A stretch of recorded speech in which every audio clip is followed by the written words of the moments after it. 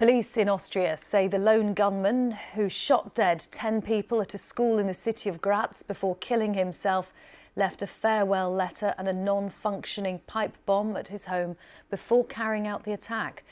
Hundreds of people have gathered for a vigil for the victims of what's the deadliest gun attack in the country's recent history.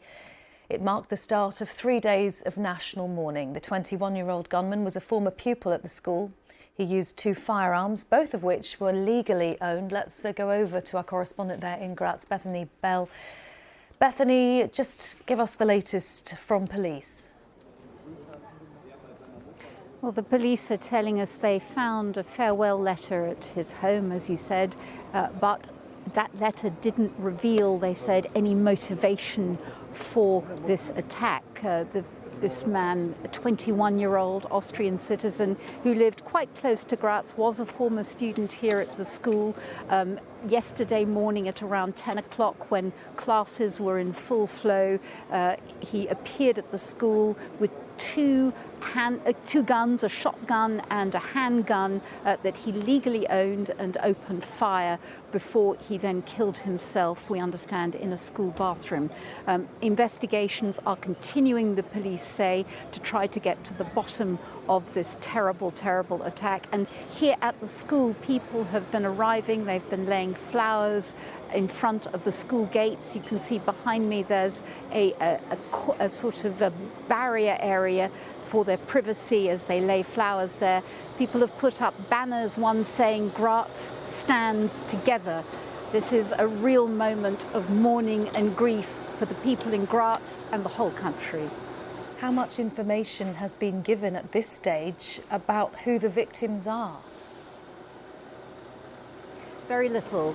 The authorities say they're keen to preserve the privacy of people who are mourning their dead, and also people who have relatives who are in hospital, some with serious injuries after this attack. There are unconfirmed reports that a number of those who were shot in this incident had leg injuries. We hope that there may be more details as the hours to come, but for the moment there is a real sense of solidarity here. People who live in this area have been telling me about their disbelief, that they can't believe something like this could have happened here in this area, which they say is usually so quiet, beautiful and safe. But this whole incident has actually raised a debate about Austria's gun laws. They're more liberal than a number of European Union countries. Gun ownership is comparatively high. There are an estimated 1.5 million guns registered in Austria. That's in a population of around 9 million people. And there have been calls, voices so far saying that it is simply too easy to get hold of a gun. Until yesterday, Austria had escaped largely the kind of mass shootings that other countries have seen, but now this incident has changed that entirely. Bethany, thank you very much. Bethany Bell in Graz, and we can look at some of the pictures, other shots that we have. The school, the Dreierschützengasse secondary school in the northwest of Graz.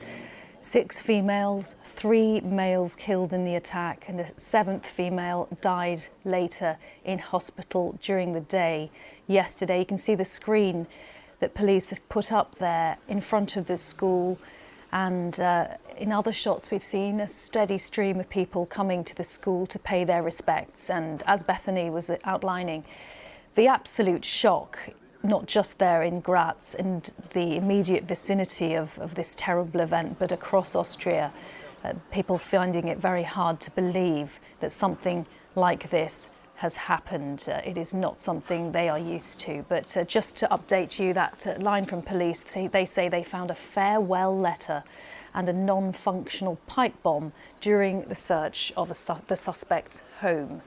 No motive has yet been given.